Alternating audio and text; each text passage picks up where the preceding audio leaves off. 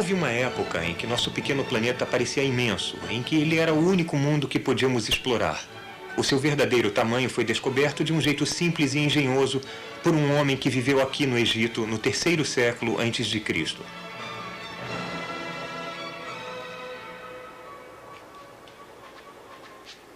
Esta torre pode ter sido uma torre de comunicações, parte de uma rede que percorre a costa norte-africana, pela qual sinais de fogueiras eram usados para comunicar mensagens do Estado.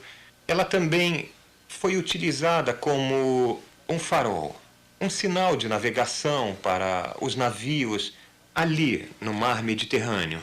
Esta torre fica a cerca de 50 quilômetros a oeste do que outrora foi uma das maiores cidades do mundo, Alexandria. Em Alexandria, naquela época, vivia um homem chamado Eratóstenes. Um de seus contemporâneos invejosos o chamava de Beta, a segunda letra do alfabeto grego, porque ele dizia que Eratóstenes era o segundo melhor do mundo em tudo.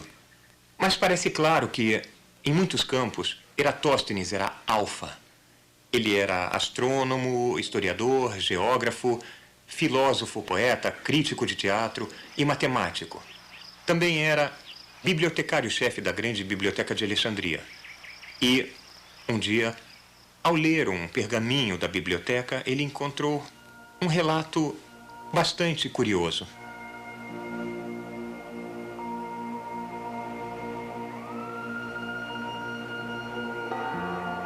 Bem ao sul, no posto de fronteira de Siene, no dia mais longo do ano, algo de notável acontecia.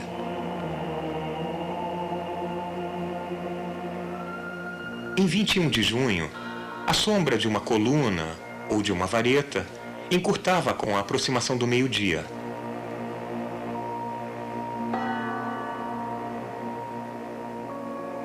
Com o passar das horas, os raios do sol deslizavam pela parede de um poço que nos outros dias não era iluminado.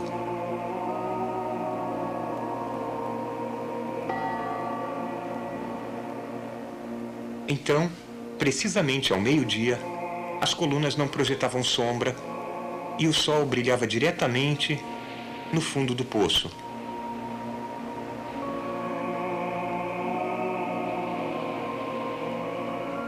Naquele momento, o sol estava exatamente a pino.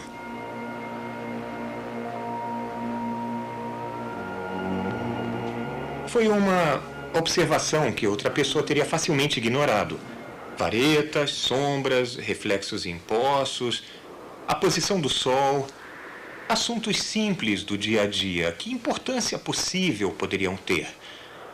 Mas Eratóstenes era um cientista, e sua contemplação desses assuntos caseiros mudou o mundo, de certo modo, fez o mundo.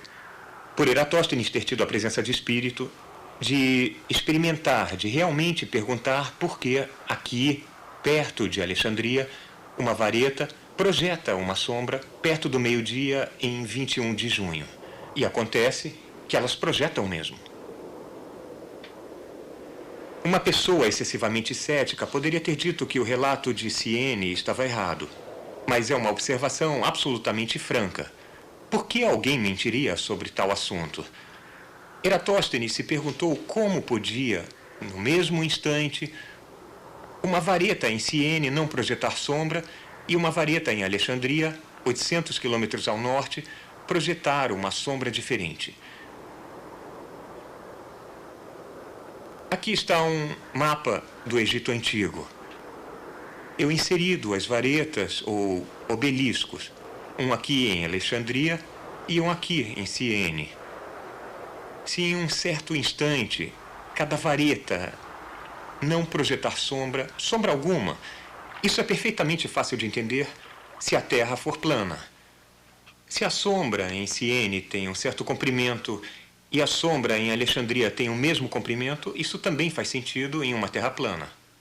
Mas como pode ser, perguntou Eratóstenes, que no mesmo instante não haja sombra em Siene e haja uma sombra muito substancial em Alexandria?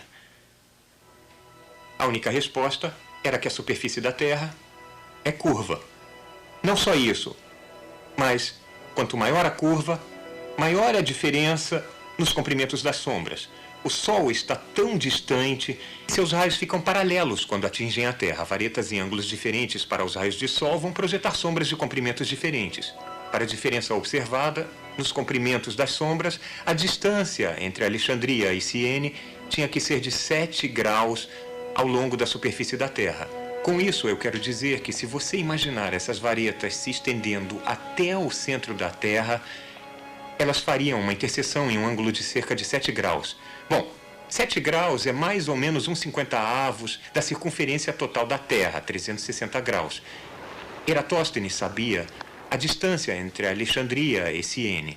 Sabia que eram 800 quilômetros. Por quê? Porque ele contratou um homem para contar os passos dessa distância toda para que ele pudesse realizar o cálculo de que estou falando. Bom, 800 quilômetros vezes 50 dá 40.000 quilômetros. Então, essa deve ser a circunferência da Terra. Esta é a maior distância que se pode percorrer na Terra. Esta é a resposta certa. As únicas ferramentas de Eratóstenes foram varetas, olhos, pés e cérebro. Mais o entusiasmo pela experimentação. Com essas ferramentas, ele deduziu corretamente a circunferência da Terra com alta precisão, com um erro de poucos %. Este é um ótimo cálculo para 2.200 anos atrás.